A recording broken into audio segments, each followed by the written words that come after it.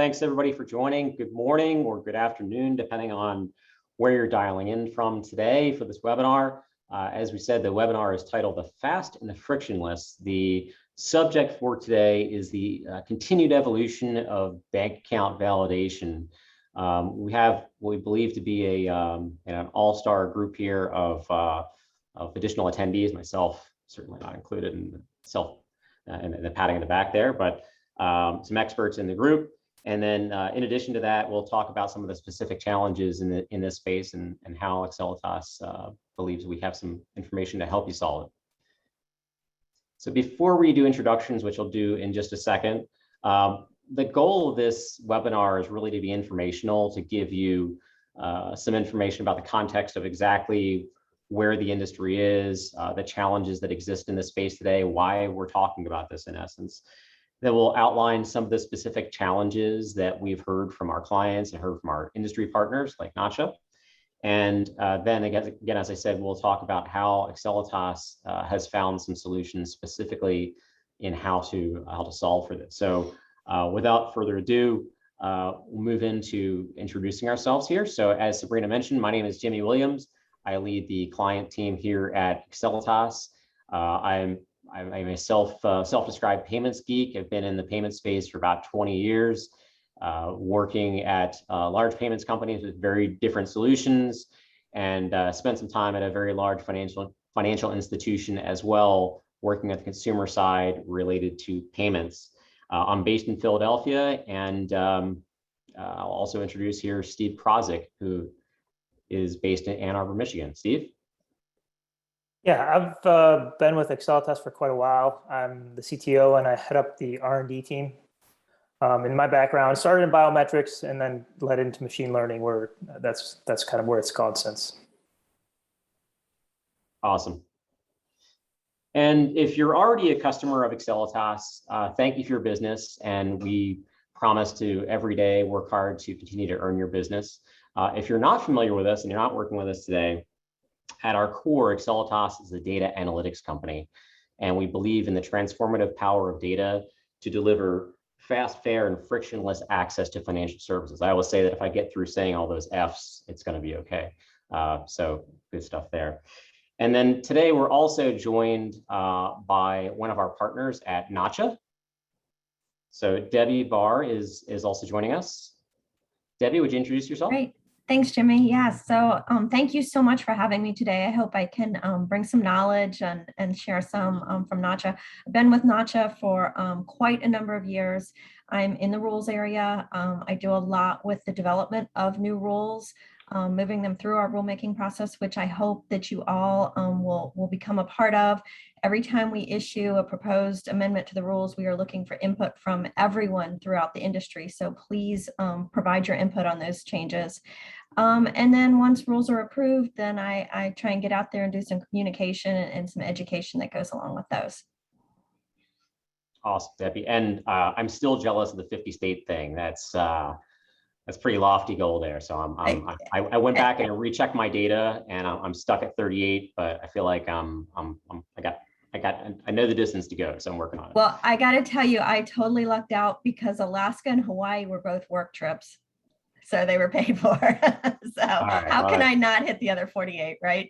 That's going to be even more painful when I have to pay for them. So thank you for that. Thanks for being part of this today. We appreciate the partnership with Nacha. All right, with that, let's get going. So bank account validation, why are we talking about it today? This has really become a forefront topic and forefront strategy for a couple of reasons. Even prior to Nacha's Web Debit rule, which is part of the reason Debbie's here to talk about it today, I think that the key reason for bank account validation has been kind of a simple one, which is detecting fraud. Do you have the right account? Is it one that should be used? Creditworthiness is another use case for it. Certainly, is that account one that can be used to validate and score for credit purposes? And then last but certainly not at all least is from a regulatory standpoint. Nacha has recently imposed a regulation specific to requiring bank account validation. So there's a couple of different reasons.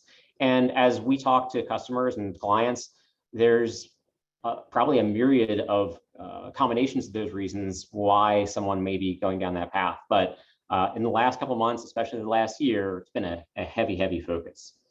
And what's been fueling that a lot? Sabrina, the next slide, please.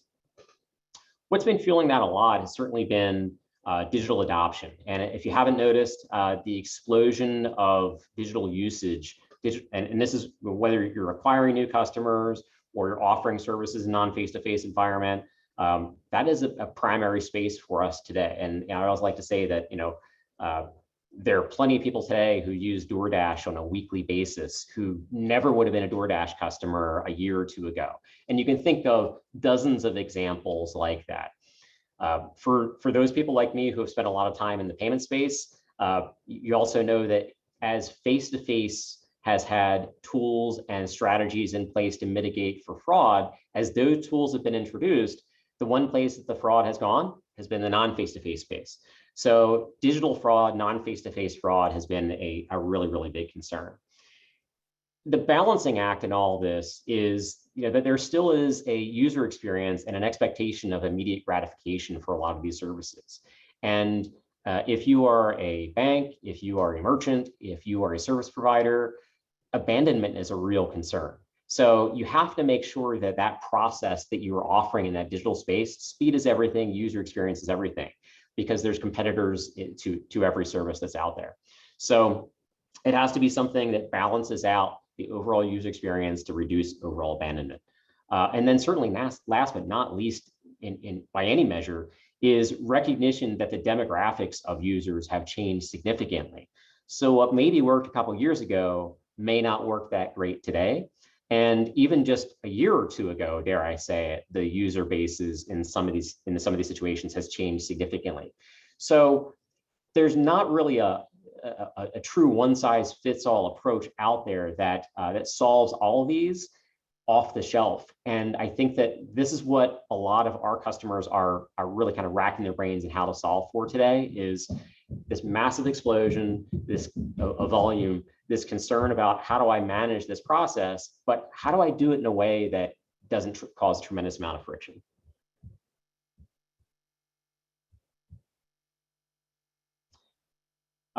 So as we outline them, those are the big three.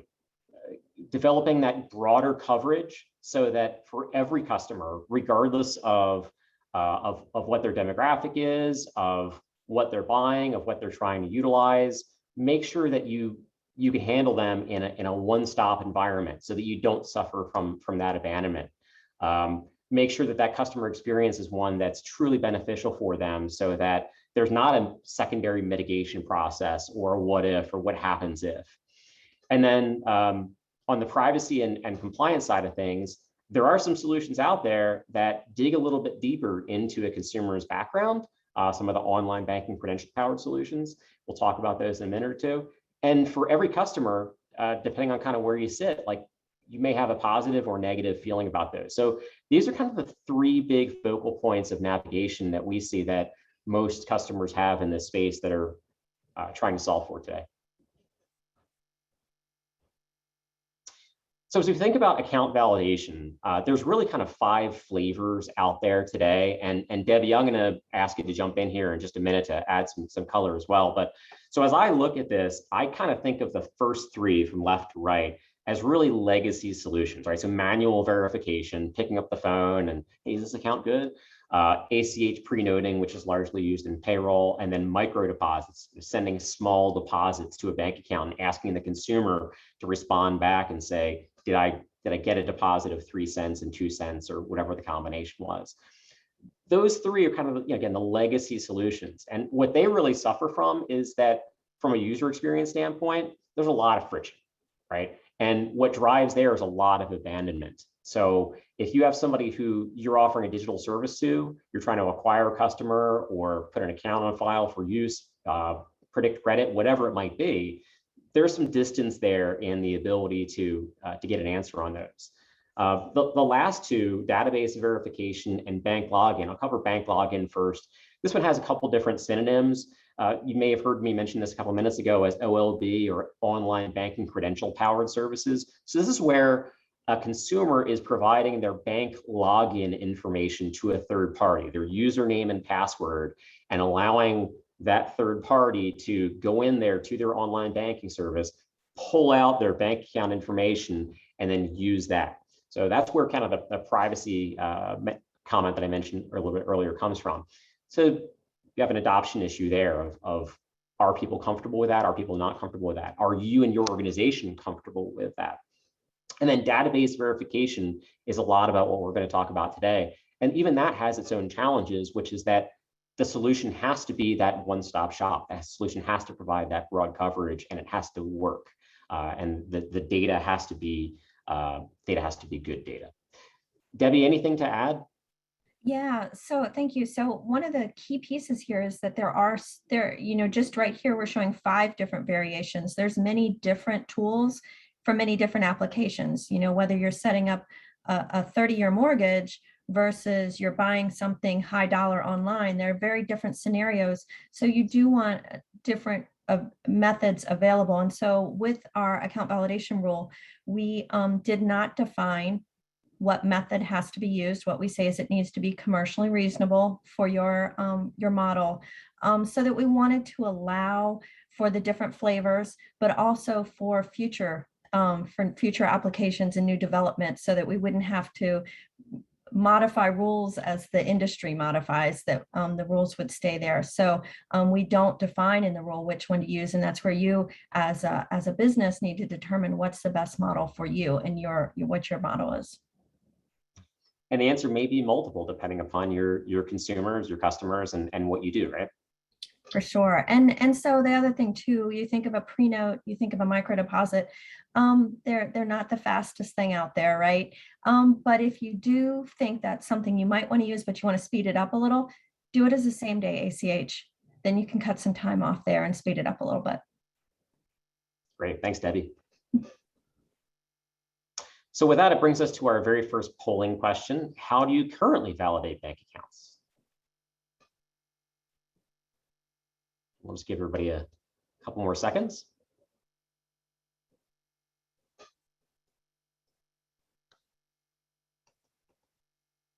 All right.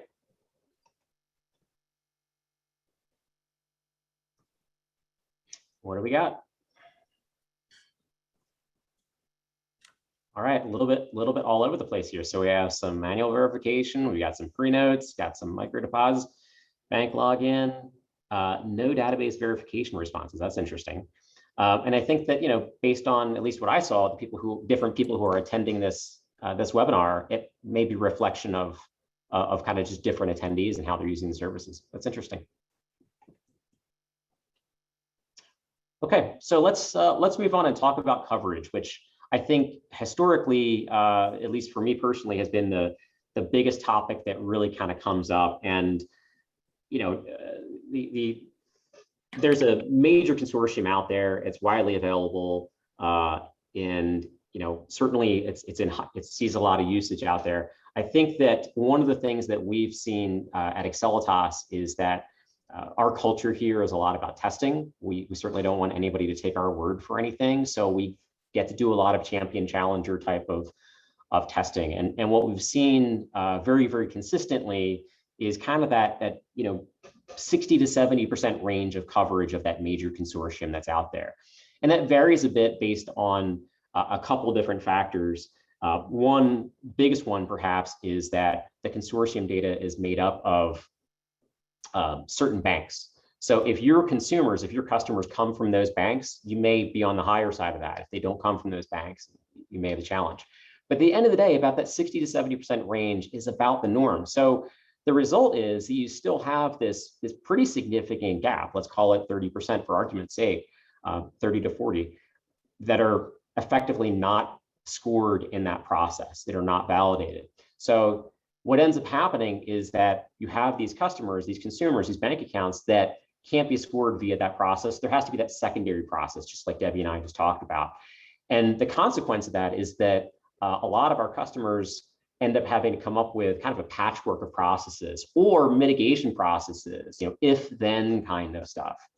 So with that being an issue, kind of the big problem there is that with that huge population missing, you have to come up with those secondary processes. But the other issue is that if the services that you're offering are made up of a vastly different demographic than are made up of that are covered by this group, then ultimately you may be left in a scenario where you have to buy, purchase, or subscribe to secondary and even third or fourth processes there. So what we have found is that in addition to this coverage issue is the recency of the information. With bank reported data, you always want to make sure that you're getting the most recent data, and it isn't always the case. There isn't even a consistent cadence in there. So this has kind of been a major topic for a lot of clients in the space today. Brings us to our second polling question. What's your current coverage rate for account validation? And I realize from the last polling question, there's a lot of different solutions in use here, so you may have some vastly different answers. And we'll just give it a couple more seconds.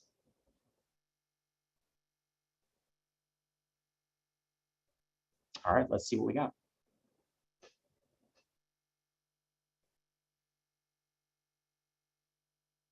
Okay, so one answer on the low, really low side of things, and then we're kind of in that range there, the 50 to 80% range of responses. And I realize not everybody responded, but that's pretty consistent. So thanks for that.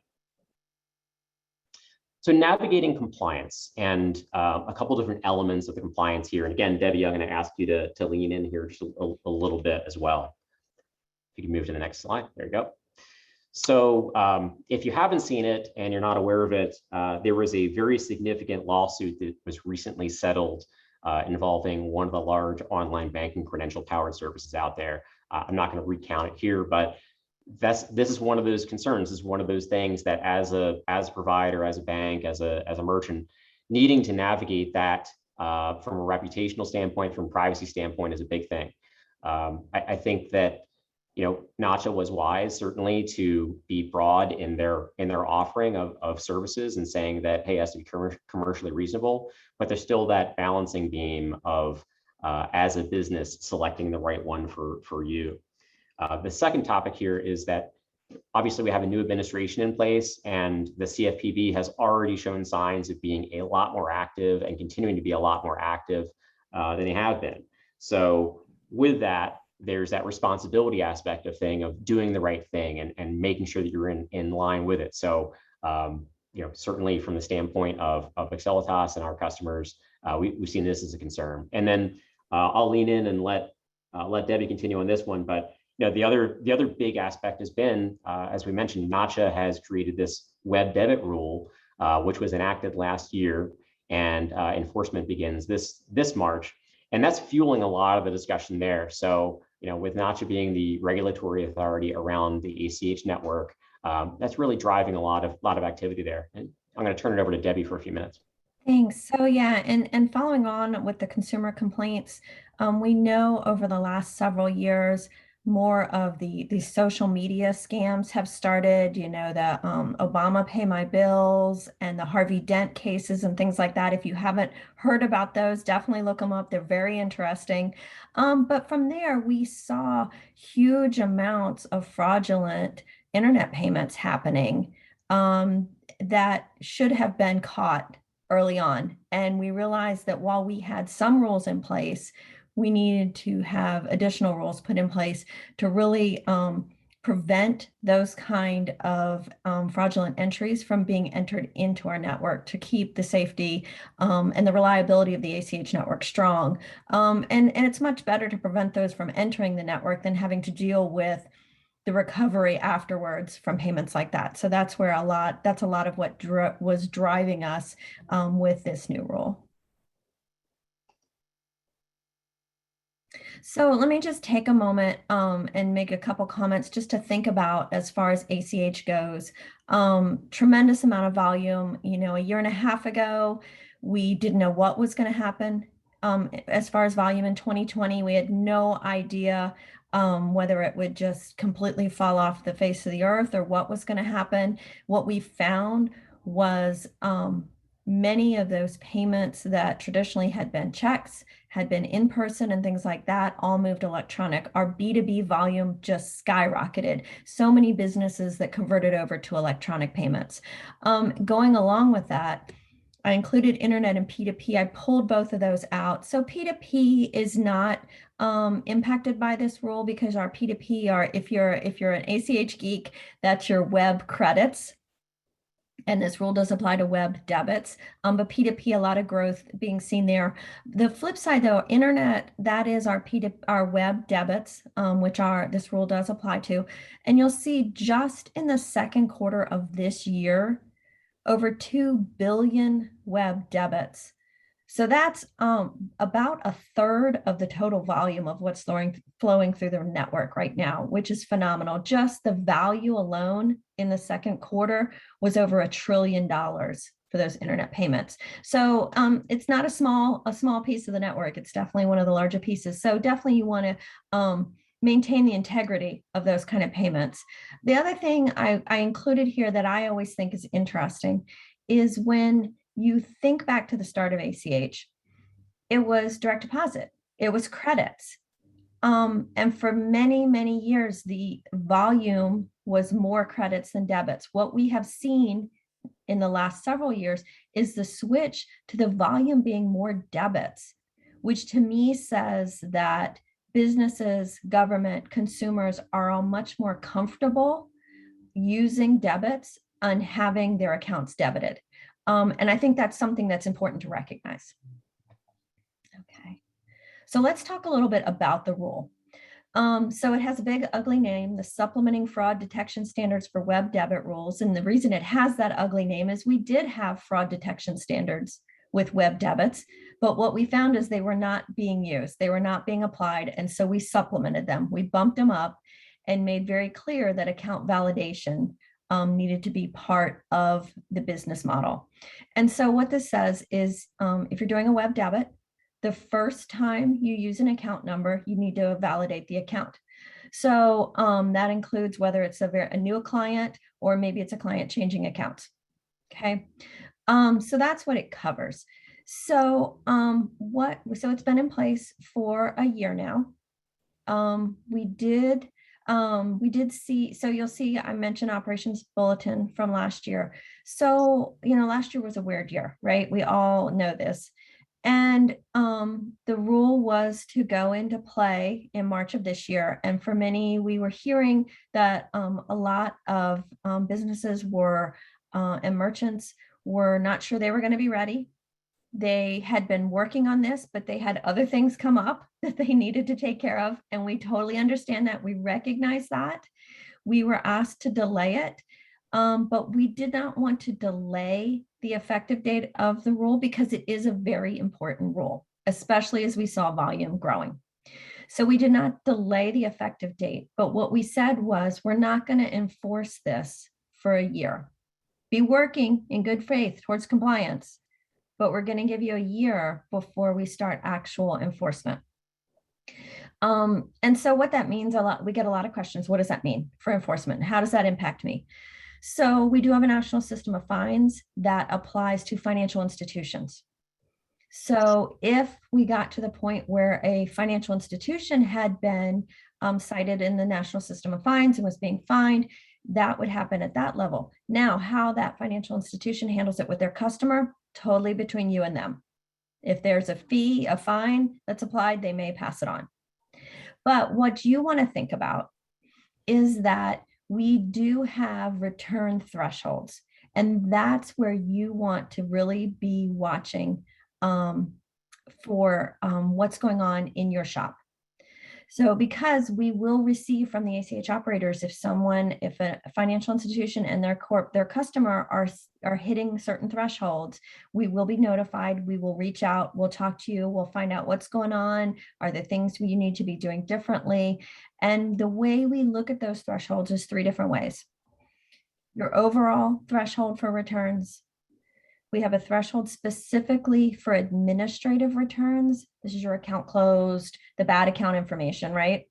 And then also a third one, which focuses solely on unauthorized returns. So when the consumer has said, or the business has said, those entries were unauthorized. So those are the three ways. Does Nacha go out and look to see what kind of method you're using? If you're using a method, no. We're not going to be out there actively searching, beating the bushes, trying to find those who are not in compliance. We would know because you would be hitting certain thresholds in your returns. So if you proactively monitor your returns, then you're going to know if you might have a problem or not. And so I also add on here too our resource center at the bottom. If you are having trouble trying to make your coworkers, your colleagues understand this rule, or you just want to know more, there's a lot of good information out there at the resource center to explain it. Debbie, that's awesome. Thanks for going into the detail around that. And by the way, I think that the comment you made around the web debits and the number of them increasing was really interesting, because certainly from a perspective of consumers, regardless of the cool payment type that you're using out there, home base, right? The source of the funds for that payment continues to be a bank account in the majority of cases. So, so I think that, it's really incredible, especially as we see on the card side of things, there being a lot more awareness of the cost of interchange and the costs associated with card acceptance and all the fraud mitigation and things that have to happen over there. There's also been a push on behalf of billers and merchants and what have you to drive to, hey, put your bank account on file. So I'm not surprised at all by hearing that, but it's interesting to hear it directly from Nacha. So very cool. Thank you. So how do we envision solving this issue? The three big actions that you can take. So the first will be no surprise, which is coverage, right? So we talked about coverage ad nauseum here, that having an improved coverage ratio, getting more data is good, but also better data. So, having a cadence of very, very rich data coming in is just incredibly powerful, versus just, hey, the bank reported this, it must be good. So we've got to kind of step up our game along those lines. The second is that UX has to be everything. User experience has to be absolutely everything. And the realization is that if you are offering a service and you're either acquiring customers or trying to solve for payments or whatever it might be, that opportunity for that customer to abandon you at that point where they have to plug in their bank account is very, very high. And the reasons are actually fairly finite as to why they do it. But the biggest reason is certainly frustration and having to go through secondary processes. We know that from working with the big banks. We know it from working with a lot of the lenders that are out there. And then last but not least is one that's I think Excelitas really believes strongly in, which is closed loop monitoring. Set it and forget it is not something that we believe works. Using an off-the-shelf solution may be a great starting point, but understanding how that's going, how it's working, and continuing to monitor that are a big part of what we believe is part of a successful solution. I know Steve will talk about that in just a little bit. Next slide. So first, on the coverage side of things, so rather than look at what the banks are reporting and wondering, hey, is this bank covered or is this consumer covered? We believe strongly that looking at instead where the bank account is being used is a much stronger signal. And the benefit that provides is that you're not tying yourself to certain financial institutions and hoping that they are part of that mix of that consortium that we mentioned. The other aspect of that is that you get a real-time cadence back of feedback of what's happening in the world around you. If somebody is purchasing goods at a retailer in person, an e-commerce transaction, a bill pay transaction, their utility payment, whatever it is, all those cumulatively provide a great picture that our team is able to draw conclusions on from a behavioral standpoint. So, that underlying data associated with transactional data in the payment space is really powerful. And consider this conundrum, which is that as transactions have moved to digital, there's that lack of in-person aspect, that personal relationship that you might have with someone. But if done the right way, there's actually data, that underlying data from those digital transactions that can actually be more powerful for a data analytics firm like Excelitas to use, that a customer could use to decision on. So whether it's for, again, core bank account validation, or whether it is for determining creditworthiness, that's something that's incredibly helpful. I know Steve's going to talk quite a bit about our process of analytics, so I'll turn it over to Steve. Thanks, Jimmy. So here, I'll give a high-level overview of the technology behind a couple of tools that we built that helps to address Nacha compliance. So starting in the upper left there, you have the submitted input. And here, for this use case, we're just looking at account number and routing number. The next step is we'll extract features from that bank account. So this can be a variety of different data sources where you have past activity, transactional data, or information about the structure of the submitted input. The next step is, once that data is encoded, you can use a typical variety of machine learning algorithms to predict the outcome. This changes in some cases where sometimes we have strongly labeled data where we know the exact outcome. Sometimes it's weakly labeled or completely unlabeled. So that moves us into using supervised along with semi-supervised or unsupervised techniques that allows us to maximize the number of observations that go into these models. Doing that has a side effect of maximizing coverage, which what Jimmy talked about earlier. The next step is these models are queried in real time scoring and used either individually by themselves or in a waterfall fashion at the very bottom there to make a decision prior to performing an ACH transaction. And the last step is like we mentioned earlier, a feedback loop where we know what was the outcome of those decisions. We know the decision itself and then what happened for the ACH transaction. And then that gets fed back into our process where we learn from any mistakes we made, or we reinforce the good decisions that we've made, or fill in any gaps in coverage. Next slide, please. So here, we just go into detail on two tools that we've developed that take slightly different approaches to account validation. Both services only need bank account and routing numbers as input. They're non-credentialed services.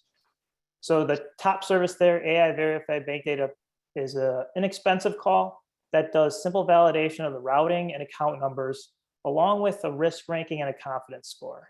So this service is pretty useful as a screen at the top of a waterfall, like we mentioned before, to quickly and cheaply remove invalid or high risk applications. And to what Debbie talked about earlier, it's good at addressing the administrative returns in regard to Nacha. The second service, AI Verified Bank Data Plus, which is below, is more precise, it's FCRA compliant, and it looks at transactional details from that specific account. So it's used to validate the account exists, is open, and is able to accept ACH transactions. And typically this service is used at lower points in the waterfall after you've kind of screened out what you don't need to score, and it's used where precise verification is necessary. And finally, in terms of the Nacha returns, it covers all the different return types.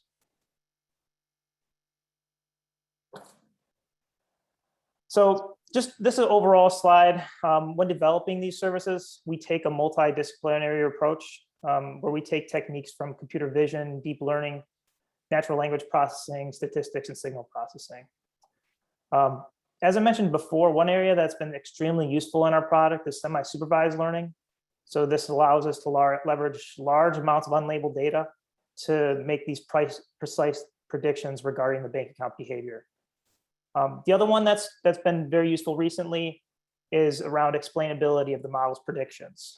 So the technology around that area allows us to leverage powerful models that also provide interpretable results, which is why our predictions are FCRA compliant. And then finally, the key to success with our solutions has been this feedback loop that we mentioned earlier. So you can both monitor to make sure you're not hitting above these thresholds of returns, but also it allows us to continuously update our performance of our models. So as we see with the what's been going on the last couple of years, the dynamics of the customer populations that we've seen has changed continuously. This feedback loop allows our models to continuously change with that, so we don't see any drift. Slide, please. So this figure here just gives a little bit more detail about what a waterfall is and how you can customize your solution to where you want to do account validation within the waterfall. And the common goal here is to strike a balance between data costs, friction, and losses either due to fraud or Nacha failures. And so that balance is typically achieved by using a waterfall approach where you do the necessary amount of bank account validation at that typical point in time. So we have these 4 levels where screening, like I mentioned earlier, you can do some simple routing number checks where you're looking at the checksum or doing lookups. And same thing for account numbers, where you're doing sanity checks on those where there's not fat fingering of the accounts. Stuff that's easy you can take care of at the top. Next level down is scoring, where you're basically risk ranking applicants based on either the individual or institution so that you can take different actions based on the risk associated with those individuals. Next level down is kind of this precise validation where you kind of dig into the detailed data where you want to be sure that the account exists and is ACH-able and maybe or maybe not has sufficient funds to make ACH transactions in it. And then the final step at the bottom is to revive accounts where the common use case is to fill in decisions from other solutions that they didn't know anything about it. So accounts that maybe you used another solution at top that said, I haven't found this account, you can revive it with another service. Great, thanks, Steve.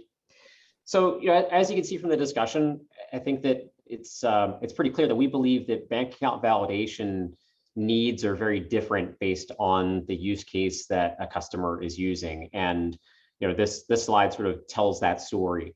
So you kind of heard this in Steve's discussion, and I'm just kind of looking at the top row here, for a lender or a marketer, at the very, very top of their process, there may be a need for using some very basic account validation tools to scrub or to remove some of that, what we call noise out of the process. And just simply as basic as looking at the structure of those accounts that are presented, make sure that they're valid. And then, kind of in the middle tier, and this kind of makes up at least what I saw the bulk of the folks that are on the webinar today, is this large group here, but everybody has a very different threat matrix headed towards them. So some customers may be using it in a bill pay environment for a very low risk scenario. For them, we can offer a solution and train a solution, provide a use case around specifically that lower risk environment. And then for others, where maybe it's a lot higher risk, there's a lot larger potential for loss, we can tune that up and head towards a direction where we can validate the information, look at not just the validity of the account, but that behavioral data around the account, and provide back not just something that solves for basic account validation, but something that gives a lot more information in the way of providing them the confidence that they can move forward with that customer for whatever that need might be. And then last, but certainly not least, and if you tuned into our previous webinar that was attended by one of our clients who's in the lease to own, rent to own space, this is kind of a big item there too, that utilizing bank account information in an FCRA compliant fashion for scoring, and really not just identifying, but also that process that Steve described of reviving, which are the customers that went through a process here and through my legacy providers or through another solution weren't able to identify those consumers via traditional means, to pull them into, yes, this is someone I should say yes to, and I should allow them to purchase these goods or allow them to have financing terms or whatever it might be. So lots of different use cases, but really the same family of solutions that we're able to point in a bunch of different directions based on those needs, and we're proud to do that. So to wrap it up with questions here, and I see we have a couple of them in queue. Excelitas is just really, really proud to be in this space and pioneering in this environment. There's a lot more that can be done. You can probably hear that we're passionate about making sure that we find that silver bullet, that balance of not just coverage, but a fantastic user experience that's going to drive high adoption, one shot process for those consumers. And as a sales guy, I think I said this in a previous webinar, it never gets old at this point, going through that process of working with a client, getting a file from them to do a retro test, which we do as our standard process, and then having that, oh wow, moment of seeing that coverage, because it is something that we don't want you to take our word for. We really want to demonstrate what we can do and deliver that. So with that, thank you for your attendance, and we'll jump into the questions. Sabrina? Wonderful. So the first question that we have here is that the biggest challenge that we see as a bank, the biggest challenge we see with bank verification is that consumers don't know or they have forgotten their login credentials due to the increase on consumers using face recognition. Do you have a future-proof tool that can counteract this issue? Wow, that's a big question.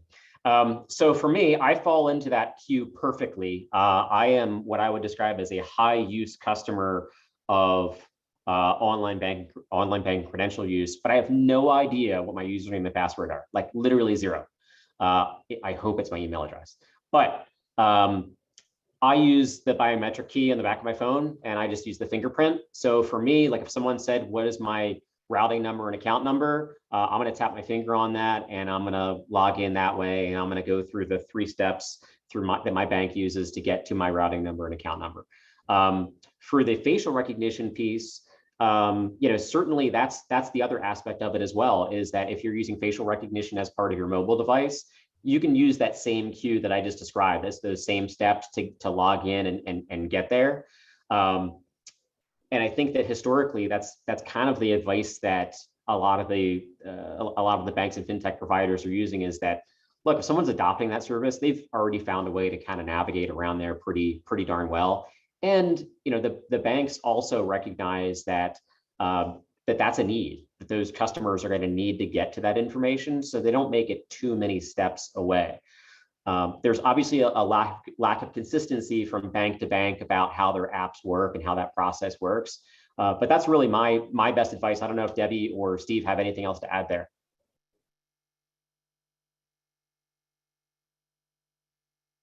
Nope, not on my side, Jimmy.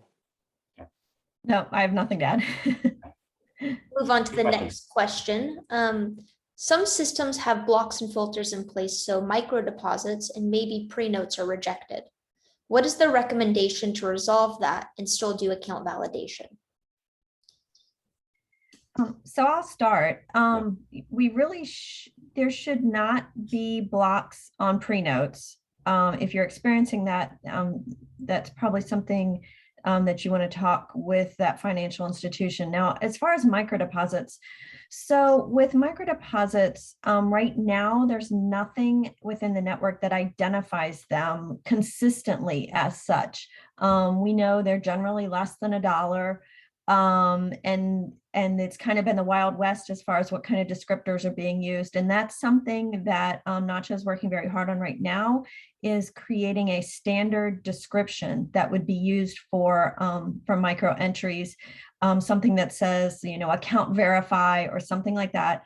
That would allow financial institutions to recognize those micro deposits and be able to, whether you're on the origination side, be able to monitor for problems in the origination piece, and on the receipt side for our RDFIs to recognize, hey, it's a micro deposit, and be able to handle those coming in, and whether they let their consumer know, yes, you've received these, to give them some kind of notification or not, however they want to handle those. So that's kind of where we are as far as those type of payments. I don't know if you guys want to add anything. Only thing I would add is that those are some of the pain points we hear as to why people want to move away from those services, is that there's kind of that lack of control around some of those. I think the biggest thing I hear about pre-notes is not necessarily a block, but a lack of consistency in response. And obviously, pre-note, the most common environment for that is onboarding of new employees from a payroll perspective. So there's a whole different level of accountability from a regulatory standpoint about getting that account on file right away, so you don't have to cut a paper paycheck depending upon which state you're operating in. So I think that what we've seen, or what I've experienced and heard during my time in the payroll space, is a need for getting away from that. So we've actually seen on the payroll side of things a drive for adoption of these types of services, and they've been slower to adopt over there, just because it's been kind of tried and true that pre-note has been the way to do it. But I think that there's some movement there as well. So to add on to that, so you may or may not know, in today's world, and when a RDFI receives a pre-note, if it's okay and the account is open and it's a good account information, they don't have to do any kind, there's no response needed. But so then they need to respond if there is a problem. So we actually had a proposal out to make it required that an RDFI would have to respond in some way, whether it was just to say everything's okay, or here's what the problem is. And we got a lot of comments, both sides. You're creating a whole lot of extra work within the network and things like that. So that's something we're still working through. It has not disappeared, but it's still, there's a lot to work through on that topic. Great question. For a financial institution that is the issuer of credit cards, those authorized payments that clients do online to pay their monthly card payments, will the card processor be responsible of having in place the account validation? Or will the financial institution acting as the issuer be responsible?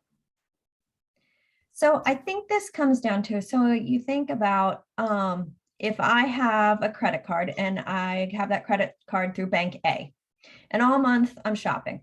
So now it's the end of the month, I've gotten my statement, it's time to pay my bill. So when I go online to pay my bill, if I go to my bank and say, because my bank offers not the bank I have the credit card with, the bank I have my checking account with has a bill payment service, and I say, pay my Bank A credit card bill, they're going to push a credit out to make that happen. So that would not come in under this rule.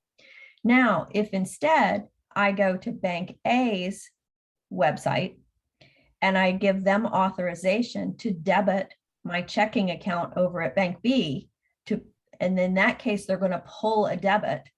In that case, you do have a web debit and it would apply. So that's where that kind of comes into play. If you are issuing the credit card and you are also pulling a debit to make that monthly payment, then you would. Now, you're not going to do it every month, because once you've established that the account is valid, then you've established it. So if you have a customer who's been doing it for 10 years already, they're already established. It would be that new customer, or if they change bank accounts for that first time. What is the process for implementing database verification for bank account validation? Steve, maybe I'll let you answer this.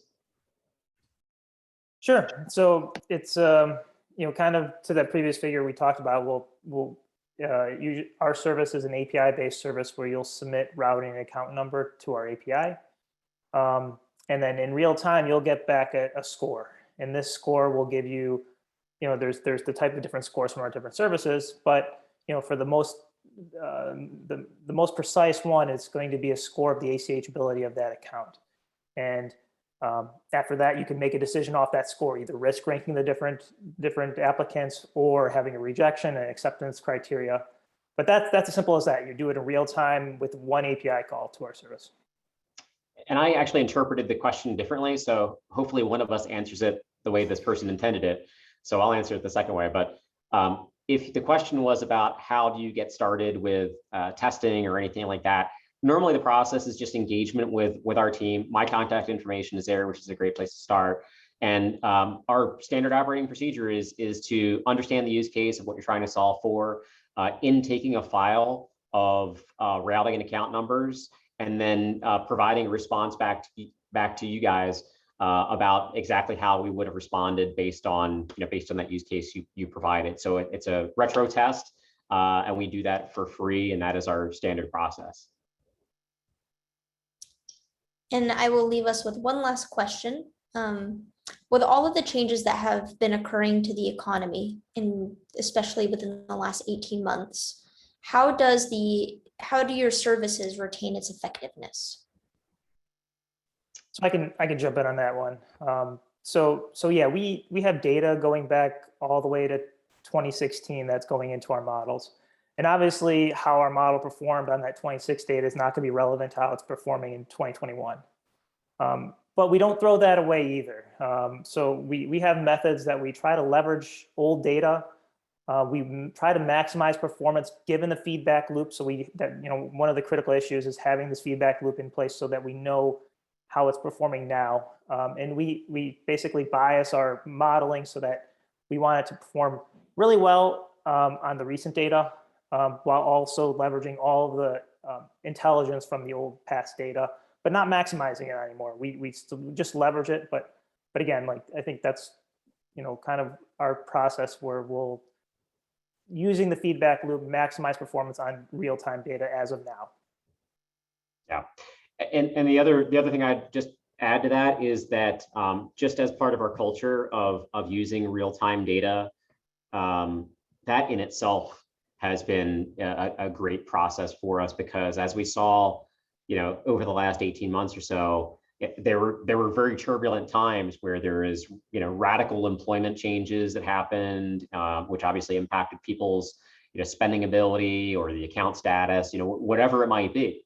And using that richer data stream and, the deeper behavioral data give us a lot of information that we're able to bring to bear for our customers.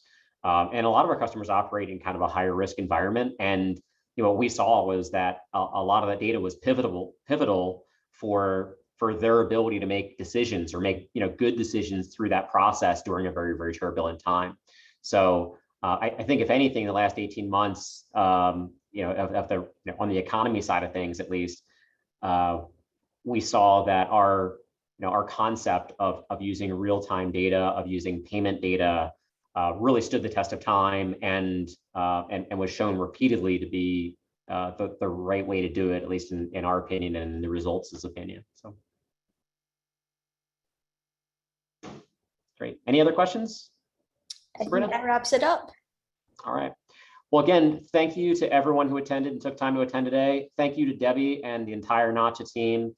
Just a fantastic partner. If you haven't visited Nacha's site, they've got some great resources out there, a lot of great Q&A, and I can't say enough about how good of a partner they've been to Excelitas, and we appreciate you guys. So have a good rest of the day, have a good rest of the week, and take care of yourselves.